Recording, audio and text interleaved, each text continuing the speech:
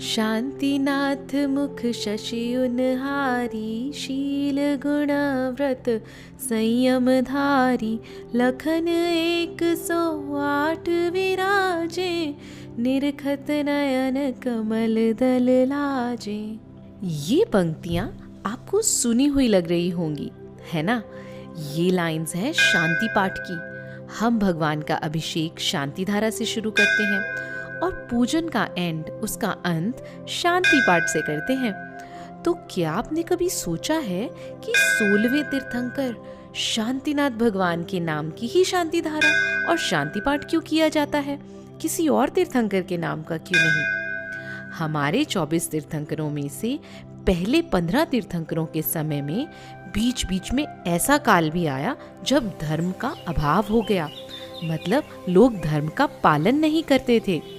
लेकिन 16वें तीर्थंकर भगवान शांतिनाथ के समय से धर्म की परंपरा लगातार कंटिन्यूअस चल रही है। इसीलिए आज हम लोग भी आपको 16वें तीर्थंकर शांतिनाथ भगवान जी के जीवन की एक यात्रा पे ले चलने वाले हैं। जानेंगे उनके 12 भवों के बारे में। हम जानेंगे कि कैसे चक्रवर्ती और 3 खंड के राजा होते हुए भी उन्हें वैराग्य हो गया, उन्होंने संयम का पालन किया और कैसे वो भगवान बने।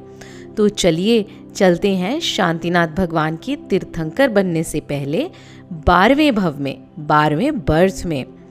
इनका नाम था राजा श्रीशेन और उनकी 2 रानियां थीं, सिंहनंदिता और अनंदिता, और उनके 2 पुत्र थे।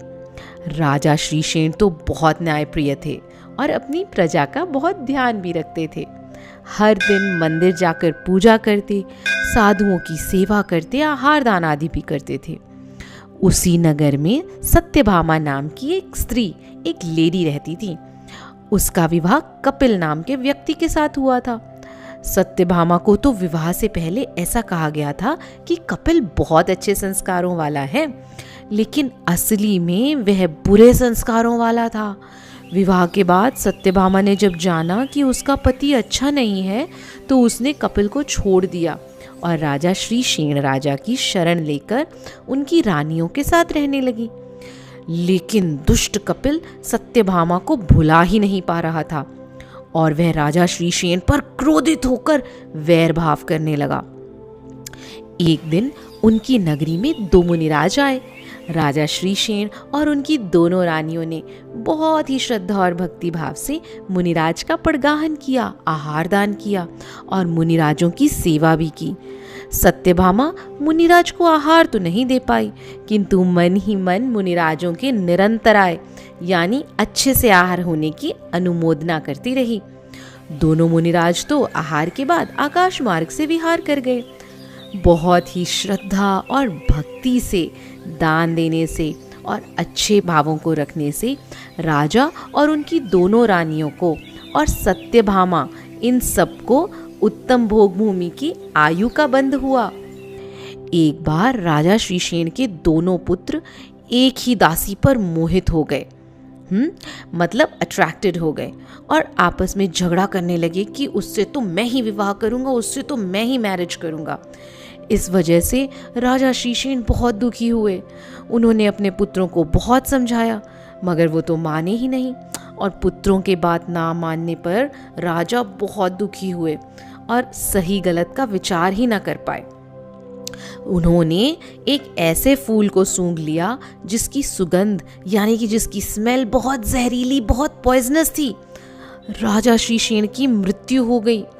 उनकी दोनों रानियां और उनके साथ में रहने वाली सत्यभामा, सभी ने उस फूल को सूंघा और उनकी भी मृत्यु हो गई।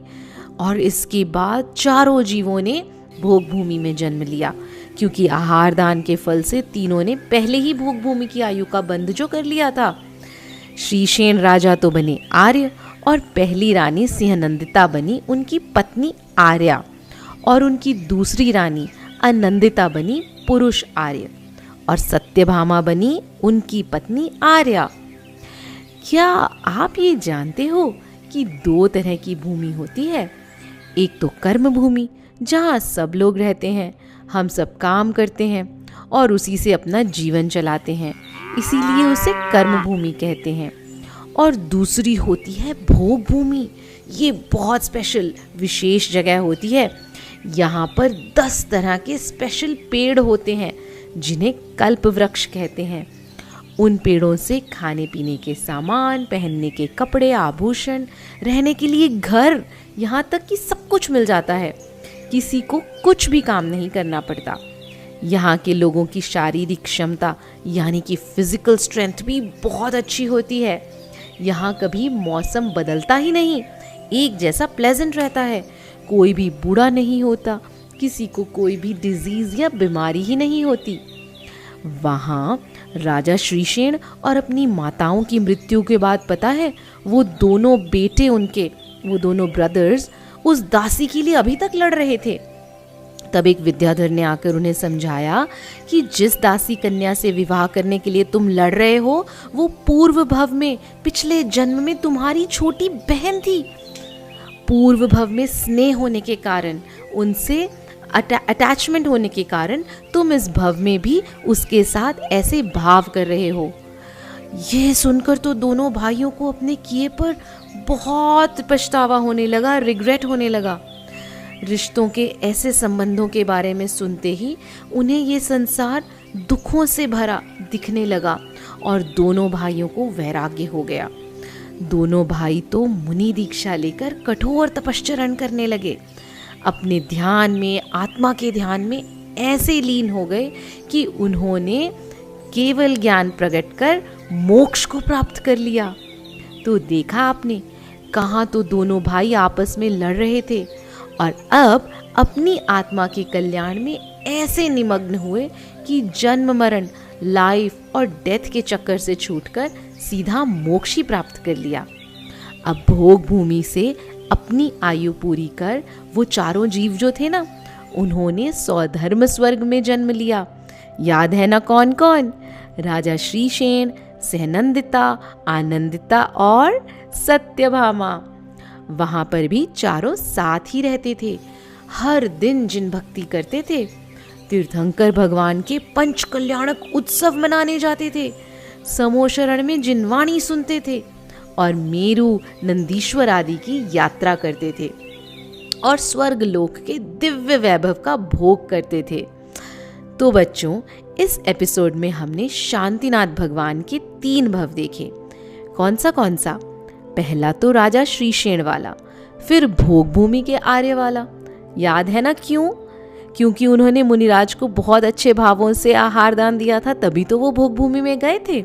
और उसके बाद हमने देखा स्वर्ग के देव का भव। अच्छा, अब इसके बाद आगे क्या हुआ यह हम जानेंगे अगले भाग में, अगले एपिसोड में।